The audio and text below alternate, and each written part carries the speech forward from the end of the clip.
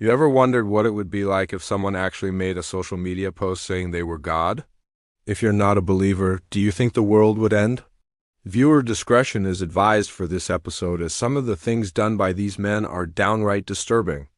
You can probably guess how a Roman emperor could end up being the strongest man in the world.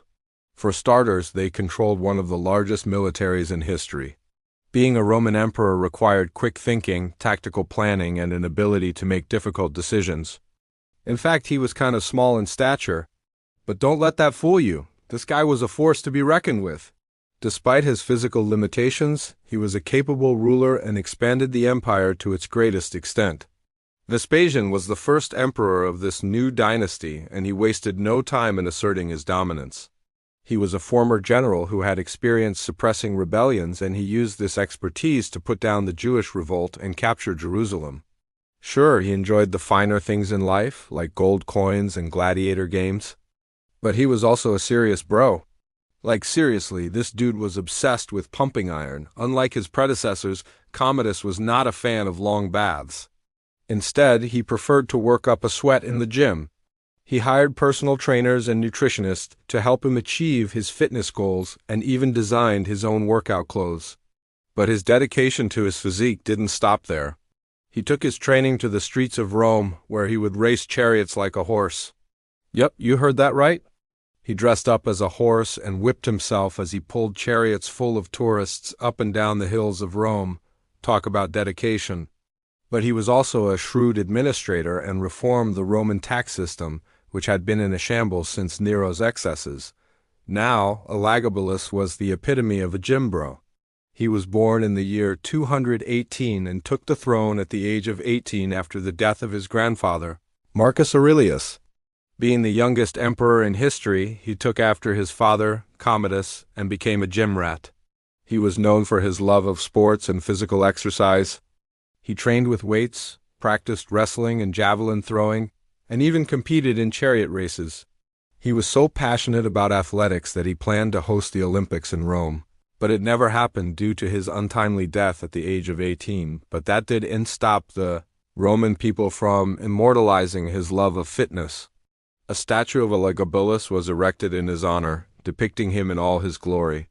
Sadly, the statue is now lost to history, but it was said to be the ultimate flex, showing a young emperor who loved nothing more than to break a sweat and show off his muscles. Vespasian was also responsible for several public works projects, including the construction of the Colosseum, which would become the center of Roman entertainment. Now, while these men may have taken things to a whole other level, let's remember the real lesson here. No matter how much power or money you have, it doesn't matter if you're the most buff guy in the room. You should probably still be nice to people because some of them might want to kill you. However, it was his son Titus who was the true star. During his short reign, he earned the love and admiration of the people by presiding over the opening of the Colosseum and by hosting the most lavish public spectacles. He was also known for his piety and charity, but sadly Titus died after only 2 years in office. But it was his wife, Agrippina the Younger, who truly held the reins of power. Now, unlike the previous emperors, Marcus Aurelius was not a member of the Julio-Claudian dynasty. In fact, he was the last of the 5 good emperors. He was a philosopher king who ruled with wisdom and justice. He wrote extensively on Stoic philosophy, and his personal reflections are preserved in his book Meditations. Although Marcus Aurelius was not a gym rat, he was an athlete. He participated in chariot races and rode horses whenever he could. Most importantly, he was a soldier who defended Rome against the Germanic tribes in the north and the Parthians in the east. He was known for his bravery and his ability to inspire his troops to victory. However, his reign was not without its challenges. He faced economic difficulties, natural disasters, and threats from neighboring kingdoms, but he persevered and left a legacy of wisdom and integrity that continues to inspire people today. She was a shrewd politician and used her influence to advance her own interests and those of her son. Nero, although Nero was a weak and ineffective leader, he did have one redeeming quality: his insane pump. I mean, come on, look at this thing. Unlike his predecessors, Nero didn't bother with the whole subtlety thing and just went all out. He built the Domus Aurea, a sprawling palace complex with gardens, fountains, statues, and artwork. He hosted feasts inviting 8 men of only one type, bald, short, or fat. Once he unleashed poisonous snakes into the audience at the gladiator games and watched with amusement as the crowds panicked and fell victim to poisonous bites. And while the great fire of Rome raged on, Nero strolled leisurely through the burning city, singing and playing the lyre. Even though he was a total psychopath, Nero was undeniably extremely fit. Under his rule, Rome experienced an era of unprecedented luxury and excess. Caligula lavished gold on his citizens and hosted lavish parties and festivals. But he was also known for his eccentric behavior, including dressing as a woman and dancing in taverns and brothels. He kept prostitutes for his pleasure and chained them to chariots like horses, whipping them as they pulled him through the streets. That's why he was called Caligula, meaning little boots, because he liked to prance through taverns like a horse. Of course, not everyone appreciated his sense of humor, especially his own grandmother, Julia Misa, who hated her grandson so much that she had him assassinated. But Caligula will always be remembered as one of the most craziest Roman emperors. Augustus was well respected for his intelligence, and many historians consider him to be one of the greatest leaders of all time. He reorganized the Roman military, reformed the tax system, and established a series of provinces throughout the empire. His goal was to create a stable and prosperous state that would outlast him. And for the most part, he succeeded. Tiberius was able to maintain stability within the empire after Augustus' death. But unfortunately, his own paranoia caused him to become unpopular and eventually lead to his own demise. They also owned all of the land and property in their empire and everyone who lived there. And lastly, they were considered divine. Would you even care? How about if that god was 6 feet tall, 280 pounds of solid muscle and anger issues? A bro who's so big and buff that everyone fears him. A bro who's so wealthy he has no earthly idea how much money he owns. And a bro who's so good-looking that women throw themselves at him constantly. Welcome to the world of the Roman emperor. So let us explore what happens when such a man throws all of that power behind his pursuit of getting swole. Now imagine this god was running your country and making policy decisions with an iron fist and zero accountability.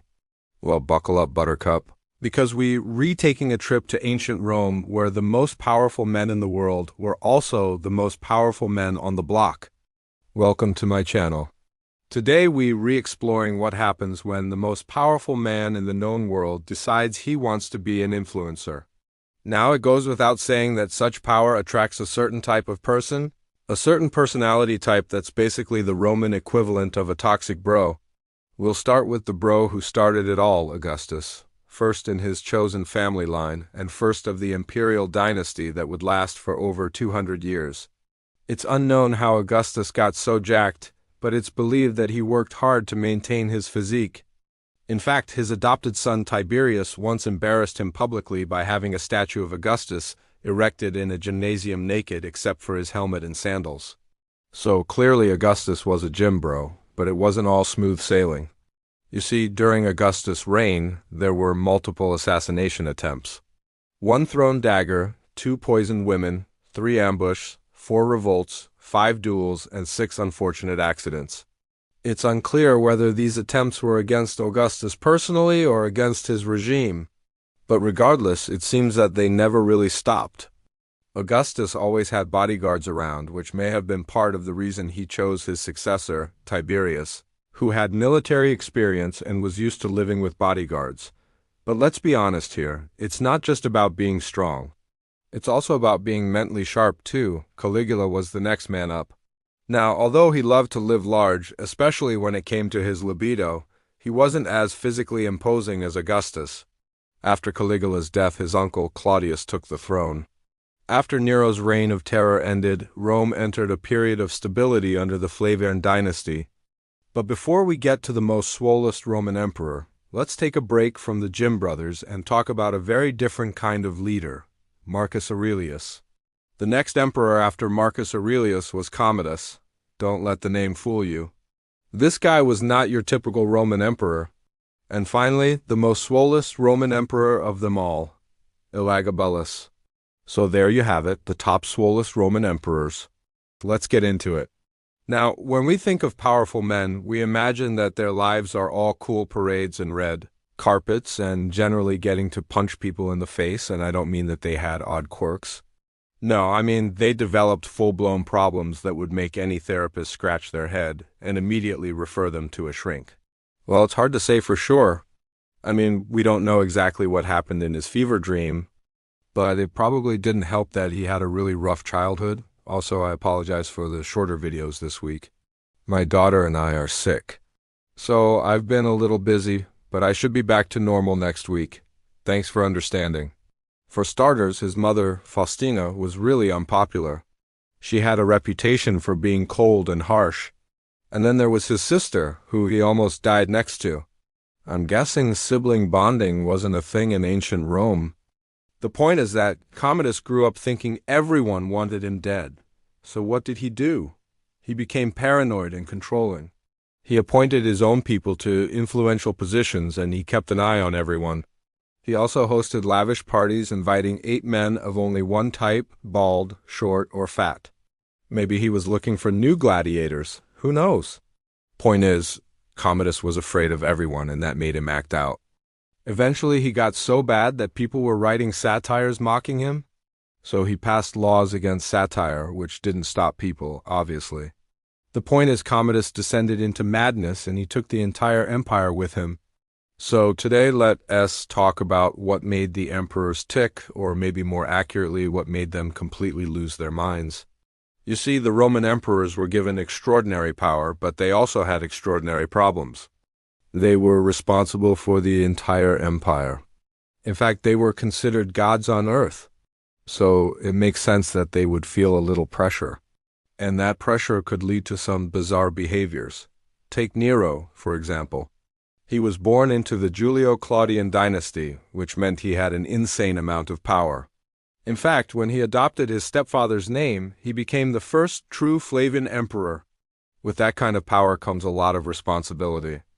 And Nero took that responsibility seriously. He tried to legislate morals, he funded public projects. He performed military duties. But Nero was also human, which meant he struggled under all that weight. Some historians say that's why he killed his mother. Aggravated assault is one thing, but murder is quite another. Sure, Nero had legitimate beef with Agrippina, but he might have snapped under the pressures of the throne. Or how about Caligula? This guy was born into the Julio-Claudian dynasty and his father was assassinated before he took the throne, so what does he do? He executes his grandmother and his great-uncle. Then he murders several advisors that his grandmother hired. Basically, Caligula was on edge the second he took the throne, and that explains why he chained women to chariots. I'm just kidding. But it does explain why he hosted insane parties and prostituted himself and had gladiator games with chariots. The man was on edge all the time, but that wasn't the only reason. Sometimes the emperor was just a method actor. Take the infamous elagabalus, for example. When he took the throne, he appointed chariots to guard him at night, which led to a lot of casualties. But that wasn't because he was paranoid. It was because he wanted to experience real life as a commoner. Chariots running people over, the same way you and I do. The point is, sometimes being an emperor meant having to make tough choices. And those choices could definitely lead to some weird behavior. But none of these emperors had it as bad as the last one I'll talk about today because his situation was truly unique. But let me tell you, being an emperor sucks. It turns out that half of your coworkers are just waiting around for you to take a nap, so they can stab you literally or figuratively.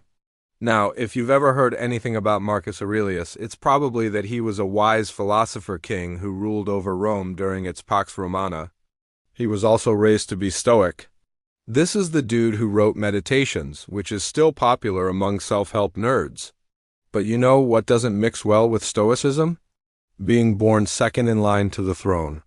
You see, Commodus wasn't supposed to be emperor. His older brother was Lucius, but he died young, which pushed Commodus up to heir apparent. So technically Commodus had a pretty good life. He was born into wealth and privilege. In fact, he was so favored by his father that he got his own private gladiator games. But that doesn't mean that Commodus did and resent his brother dying so that he could take the throne. Like classic Greek tragedy, fate stepped in to screw with his life.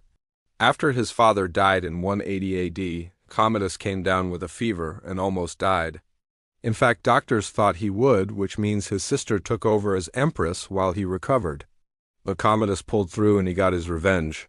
He stripped his sister of power and he wasted no time becoming the worst Roman emperor ever. Okay, he might have been the worst, but he definitely ran for the title. I mean, after taking the throne, his first act was to start a civil war with his own mother, Julia Misa. Yeah, Commodus wanted his mother dead. Thankfully for him, he succeeded. Then Commodus turned his attention to debauchery. We're talking gold chains, purple robes, and chariots with golden wheels. Oh, and he also chained women to chariots like horses. I'm not kidding.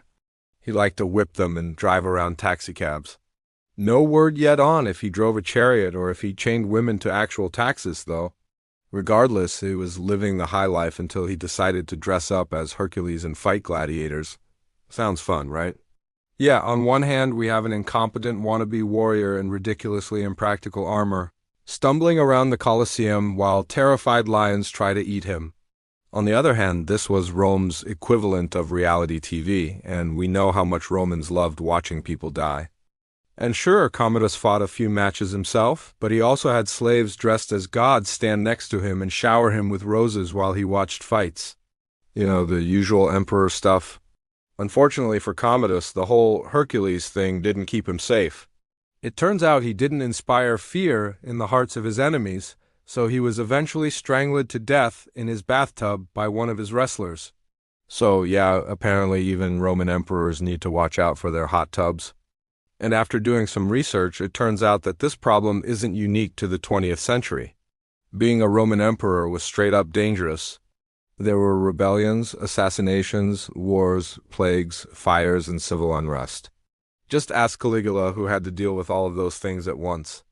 If you're thinking that seems crazy, listen, Rome fell apart every other week. In fact, there was such chaos that emperor was basically synonymous with mad king. That's why you have so many famous insane asylums named after them. Asylums like Bethlehem and Bedlam. They're named after Bethlehem, which was where Jesus was born, but also where Caligula went when he needed a break from running a collapsing empire. Honestly, I think he deserves a medal for not making things worse. The point is, Rome was not known for its chill vibes, which means the emperors got weird coping mechanisms. Okay, now for my first story, we need to go back to the good old days of ancient Rome because I want to talk about Marcus Aurelius' son, Commodus. So why did Commodus go crazy? So that's one theory for why emperors go crazy: family issues. But that wasn't the only reason. Sometimes it was the job itself. And that's going to be in part 2, which is available right now on another platform. We get it. Being emperor of Rome was a big deal. In 2023, there are over 8 billion people alive today. Imagine being in charge of all of them. Ah, wait, never mind. It turns out that's your job. Okay, well, you're welcome. Also, congratulations. The Roman emperors who came before Augustus used to take the title of king. We'll tell you what not to do. Don't let it corrupt you. That's one. Oh, right. As we were saying, don't let power corrupt you. But of course, this is the Roman Empire we're talking about. Then the Flavians took the throne, starting with Vespasian, who began the process of rebuilding Rome while also conquering Judea and destroying the Jewish Holy Temple in Jerusalem in 70 CE. His son Titus finished building the Colosseum, which hosted the first Roman games after the Great Fire of Rome. As you might have heard, Marcus Aurelius was another philosopher-emperor who wrote Meditations, a book about Stoic philosophy. Why? 2 reasons. 1, he's the most extra. And 2, he's the reason you have to watch this whole video. Born in 189 AD, Elagabalus became emperor at the age of 16 after his father, the aforementioned Commodus, died. You know the rest of history. By now, you probably know him as the teenage Roman emperor who dressed like a woman and prostituted himself in taverns, brothels, and baths. Or maybe you know him as the spoiled rich kid who hosted parties inviting 8 men of only one type, bald, short, or fat. Ironically, he was poisoned to death, but not by senators. Instead, his own grandmother, Julia Misa, had him assassinated because he had become too much of a problem. Yeah, this guy's family tree is insane. She was the mother of both Commodus and Julia Misa. See what we mean? Nuts. Maybe you know him as the guy who married a man named Zodicus, despite being underage and unable to legally wed. After all, who else would dare to replace Jupiter, the head of the pantheon, with a weird sun rock from Syria? But hey, if Elagabalus could do it, maybe you can too. Like, subscribe so we don't take that away from you. Sadly, no one listened to his own advice because he ran the most expensive military in the world, had an affair with a gladiator. Meet the strange Syrian sun god Atargatis. No, seriously, that's his real name. So he appointed priests and priestesses to serve the new god and even put the sun rock in a chariot like a horse. Oh, but of course he always rode ahead of the sun rock in its own chariot. The young emperor also built a temple in the campus marshes. The site of the original Roman settlement, and legend has it that he launched boats carrying the sun rock on the Tiber River and sacrificed white bulls to it. He also participated in bizarre religious orgies with men and women at taverns, brothels, and bathhouses. According to Cassius Dio, a Roman senator and historian, Elagabalus found a weird rock while vacationing in Syria and decided to bring it back home to Rome as a souvenir. It seemed that Elagabalus got bored easily.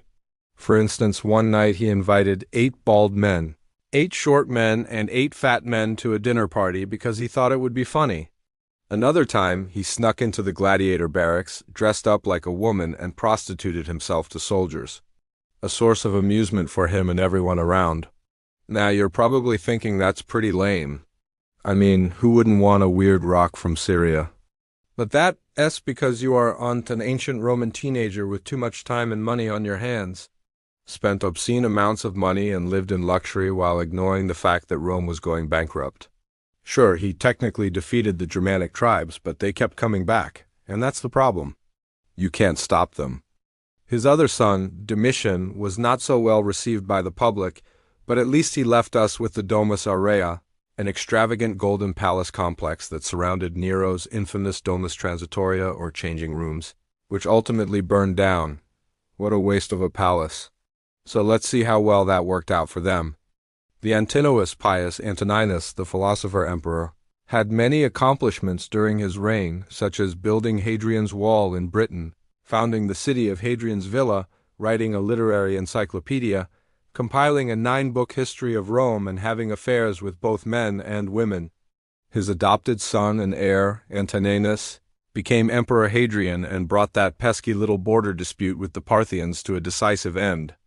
Unfortunately, Antoninus was obsessed with building monuments to himself and became the subject of a propaganda campaign that glorified him as a living god. Even though he tried to live a more modest life, staying away from debauchery, he couldn't escape the excesses of empire. But after he ushered in a golden age of peace and prosperity, the kings became emperors and took on new titles like these: Pontifex Maximus, or chief priest. Well, actually, he wanted to be called a god, but he wasn't actually divine, although he would have had the chance to be. More on that later. When he took the throne, he continued the tradition of deified emperors started by Augustus, but kicked it up a notch by demanding that people call him Lord and God. Literally, if people didn't comply, they faced execution. He built temples in his own honor, minted coins with his face on them, and even set up altars where people could make offerings to him. He also waged wars in Germania and Britain, but when the Senate didn't declare him victorious after a battle, he simply declared himself the victor. The guy also chained women to chariots like horses and whipped them as they pulled him around. Yeah, we think he was a real piece of work. They were also considered the highest in the hierarchy of priests, which made them super important in the eyes of the gods and the people. Not that anyone else could touch those kinds of powers. Nope. But yeah, being emperor of ancient Rome was kind of like that. So sure, if a few people wanted to bow down and worship you, who were you gonna tell no? And being seen as divine was great for business. But hey, now that you have the power of kings and gods, what are you gonna do with it? Emperor Domitian, who came to power after a succession crisis known as the Year of the Four Emperors, ruled like a god over his people. After him, the Julio-Claudian dynasty ended with the infamous Nero, who burned Rome to the ground. It was during the rule of Hadrian that the Roman Empire reached its greatest territorial extent. That said, he might have gotten off easy because his successor, Commodus, took things to another level. The good news is that you don't have to remember the names of any of these emperors because there's only one you need to know, Elagabalus. But these stories are merely the tip of the chaotic iceberg that was Emperor Elagabalus. At first, Elagabalus held religious festivals in the Sun Rock's honor, but then he decided that it deserved a bigger ceremony. Emperor Elagabalus was a lot like your average teenager, except he had an entire empire at his disposal. Once, he even hired assassins to kill a bunch of senators because he thought they were planning to poison him. Elagabalus might have been killed at a young age, but his story still makes him one of the most unforgettable characters in Roman history. The Roman emperors who were arguably more normal than you and me. So we re-rolling back the mists of time today to bring you the most insane and downright deranged men who ever lived in ancient Rome. Some of them are infamous for their depravity, others for their oddball quirks. But all of them had one thing in common. They sat on the throne of the greatest city in the world. If his father was a philosopher king, then Commodus was a dim-witted bully. Nero, the quintessential image of an evil monarch. He took the throne at the age of 18 and ruled for only 4 years. But in that short time, he made a name for himself as a hedonist, and by all accounts, he was a deeply troubled young man. But in that short time, he managed to earn the title of one of the most depraved rulers in history. He hosted orgies inviting 8 men of only one type, bald, short, or fat. He chained men together in chariots like horses and whipped them as they pulled him around. And he chained women to chariots as horses and whipped them as they pulled him along. He held gladiator games with 8 men of only one type, bald, short, or fat. And he unleashed deadly poisonous snakes into the audience at chariot races and watched with amusement as the crowds panicked and fell victim to poisonous bites. What a sick mind he must have had. He was arrogant, vindictive, and irresponsible, but he was also homosexual, and in a world that offered him no acceptance, he turned to excess and debauchery to ease his pain. For instance, he dressed as a woman and prostituted himself in taverns and brothels. He chained men together in chariots like horses and whipped them as they pulled him around. And he chained women to chariots as horses and whipped them as they pulled him along. He hosted parties inviting 8 men of only one type, bald, short, or fat. He held gladiator games with 8 men of only one type, bald, short, or fat. And he unleashed deadly poisonous snakes into the audience at chariot races and watched with amusement as the crowds panicked and fell victim to poisonous bites. What a sick mind he must have had. He also liked to go hunting wild animals and birds with a bow and arrow, even though he was terrible at it. He released poisonous snakes into the audience at gladiator games and watched with glee as the crowds fell victim to poisonous bites. He's synonymous with tyrannical rule, oppression, and violence, but he might have been a little misunderstood. Historians say he was ambitious, ruthless, and incredibly cruel, but he was also intelligent, charming, and charismatic. You could say he was a bit of a psychopath. In fact, his mother, Julia Misa, reportedly called him a monster. Why? Well, for starters, he murdered his brother Geta in 211 AD during a peace meeting with Queen Julia Misa. The real reason was power. Caligula wanted to be the sole emperor, and he enlisted the help of his mother to do it. Together, they plotted to kill Geta, and then they spread rumors about him being a traitor and an enemy of the state. It was a brilliant move that secured Caligula's legacy as one of the worst emperors in history. But that wasn't enough for him. Not satisfied with just killing his own brother, Caligula embarked on a campaign of terror across the empire, murdering anyone who crossed him. He killed senators, generals, courtiers, and even members of his own family. He was responsible for the deaths of hundreds, possibly thousands of innocent people. Sure, he's responsible for some of the most heinous crimes against humanity, including the murder of his mother, Agrippina the Younger, and the persecution of Christians. But he was also a talented musician, a gifted poet, and a patron of the arts. Unfortunately, his talents were wasted on a megalomaniacal ruler who liked to live large. The most famous example of Nero's excess was when he set fire to Rome in 64 AD and then blamed it on the Christians. While it's true he probably enjoyed watching Rome burn, historians disagree over whether he actually started the blaze. What's not up for debate is that he used the tragedy to confiscate land and property, especially for the construction of his massive Domus Aurea or Golden House. In addition to being an alleged arsonist and confiscator of property, Nero was also a great artist. That's right. He fancied himself a great singer and musician. And he forced senators to attend his concerts. No, seriously, he forced them to sit through his 6-hour poetry readings. Now imagine sitting through an open mic night where the featured performer reads for 6 hours straight, and you can't leave until they're done. But it gets worse. All the food and drink stalls around the theater were owned by Nero, and he deliberately overcharged so that his guests would be miserable and couldn't leave.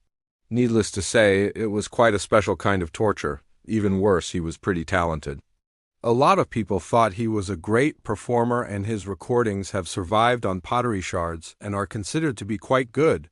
Also, despite his persecution of Christians, he wasn't opposed to other religions. In fact, he became a devotee of Pythagoras and even studied with the philosopher Apollonius of Tyana. But there's no excuse for his cruelty to the Christians, and there's no excuse for his decision to murder his own mother. To hear him tell it, he was the reincarnation of Hercules, and spent much of his energy trying to make everyone else believe it too. His obsession with the cult of Hercules started when he was just a kid, and he was raised on stories of the demigod's strength and bravery. When he came to power, he tried to reinvent himself as a new Hercules, complete with a lion's skin cloak and a wreath of laurel leaves.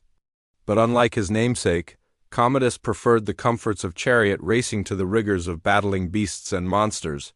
Still, that didn't stop him from throwing gold coins to the crowds, waging war across the empire, and engaging in gladiator games.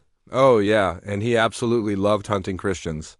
One of the few good things about Commodus is that he ushered in a period of peace and stability to the empire. But he wasn't exactly beloved by his subjects. Part of the problem was that he was lazy and left the governing to his advisors. But another part of the problem was that he was a spoiled brat. He threw tantrums when he didn't get his way and kicked people when they failed to please him.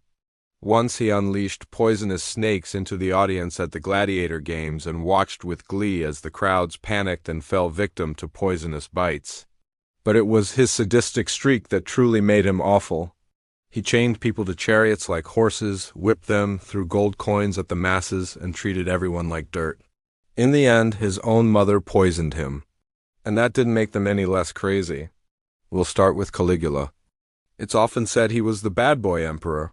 He did some really nasty things during his 4-year reign from 37 to 41 AD. First of all, he liked to live large, managing to acquire a fortune valued at $22 billion in today's money. But he wasn't just stingy with his money, he doled out gold and jewels like candy.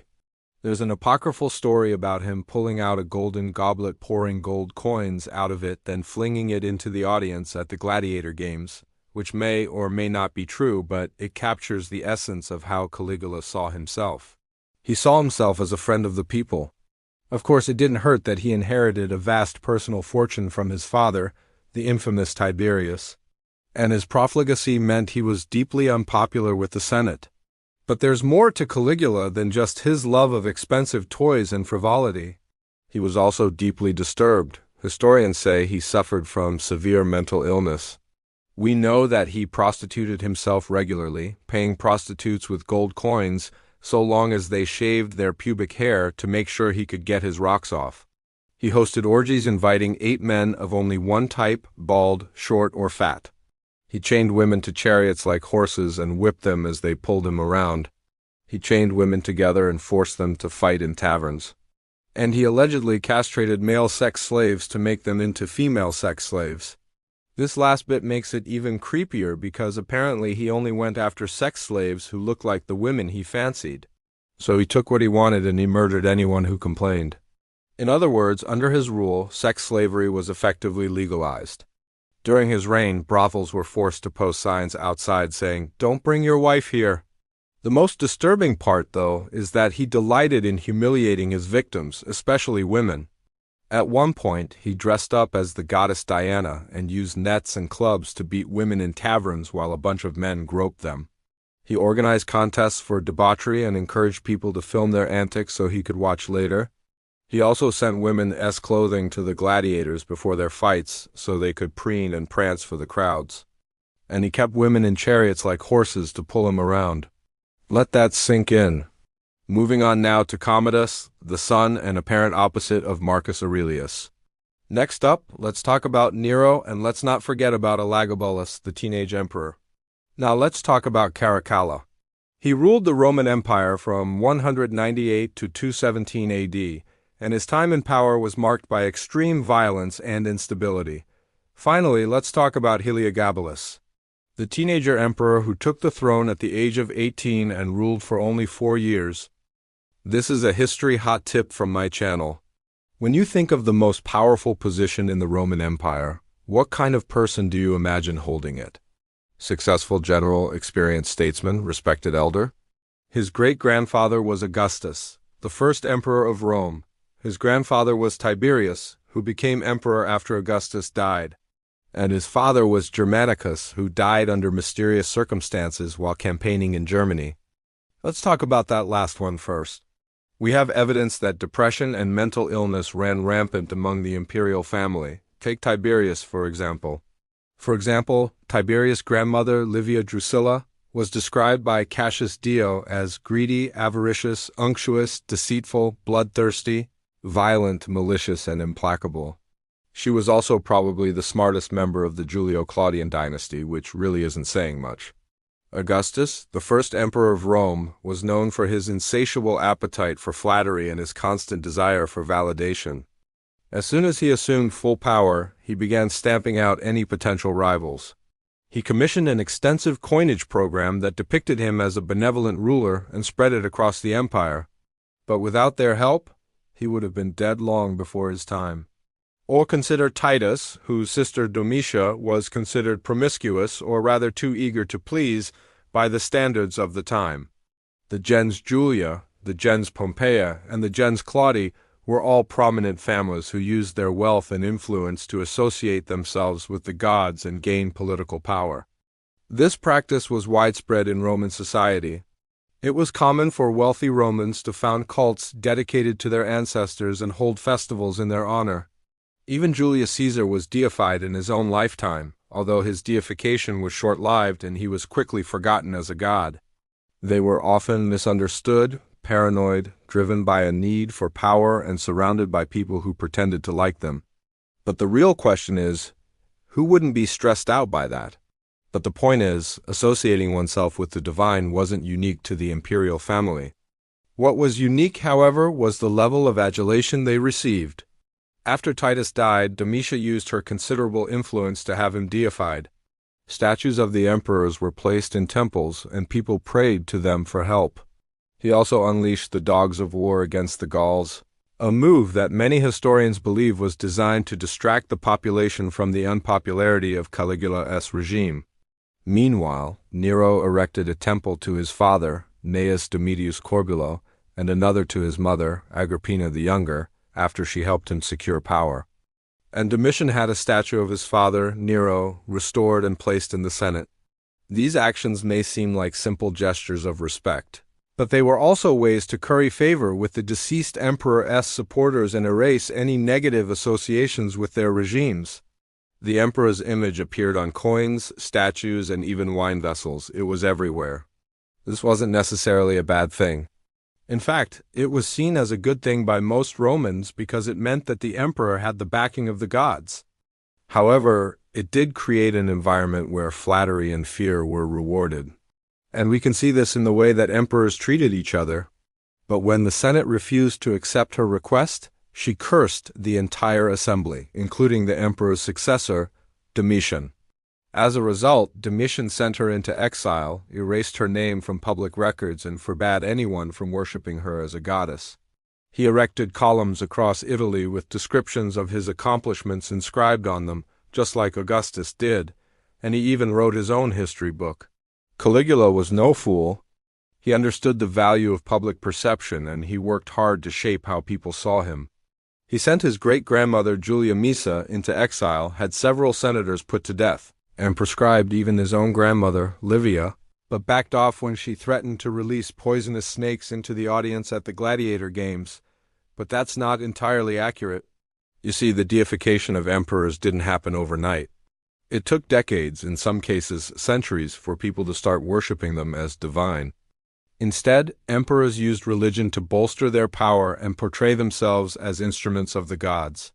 For example, Augustus used the title Pontifex Maximus, which literally means chief of the bridges, but more figuratively referred to the supreme religious authority in the state.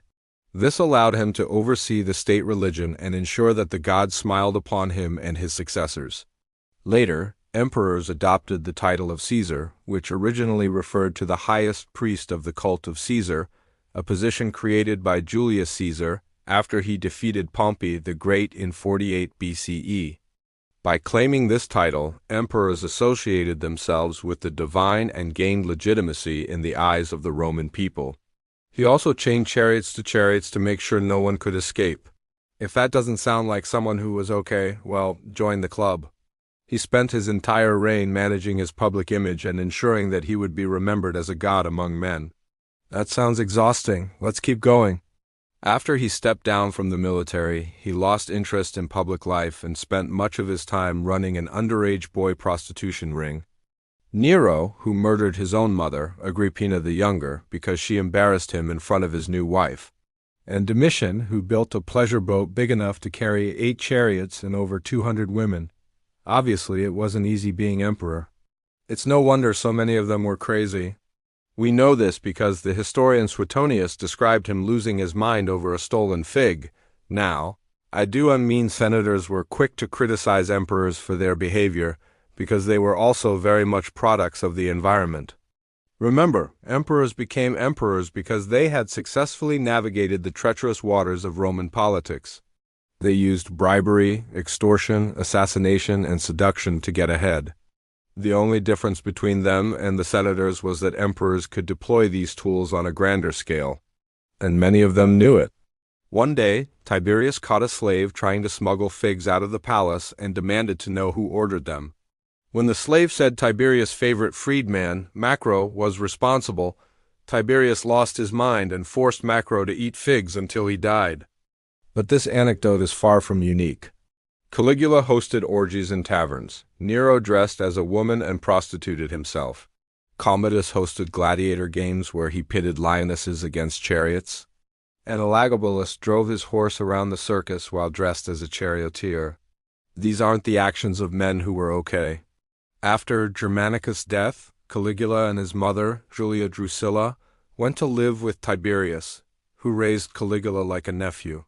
This arrangement didn't last long. Drusilla annoyed Tiberius. Caligula annoyed Tiberius. And when Drusilla died, Tiberius kicked Caligula out of the family home and gave him a villa outside of town. It was here that Caligula organized secret parties, threw gold coins from his tower, delighted in driving recklessly through the streets, and engaged in athletic competitions with prostitutes. And when he wasn't busy pleasing himself or throwing money at passing peasants, he plotted to murder his own uncle. Uh-oh, bad news, friend, because by the end of the empire, being emperor was less about ruling and more about surviving the next plot twist. To succeed in this environment, you had to be divine, deadly, dramatic, and preferably just a little bit insane. And we have the records to prove it, so let's dive in. Caligula is famous for 2 things, being related to Rome's most famous family and being weird. It was only after Tiberius died in 37 CE that Caligula got to take on the role of emperor. But even then, things weren't easy. He ruled alongside his mother, Julia Livilla, and together they governed poorly, earning them the hatred of the Senate. After 4 years of co-rule, Livilla tried to poison her son and ended up killing herself instead. Still, it was all part of the job. In fact, emperors kept getting poisoned throughout the imperial era, along with a healthy amount of backstabbing, murder, incest, and madness. And there are other examples of emperors who were unfit for office because of their excesses. There was also Claudius, who was epileptic and reliant on his wife for support. The position was inherently unstable. So to stay alive, emperors had to use every tool at their disposal. Take Caligula, for example.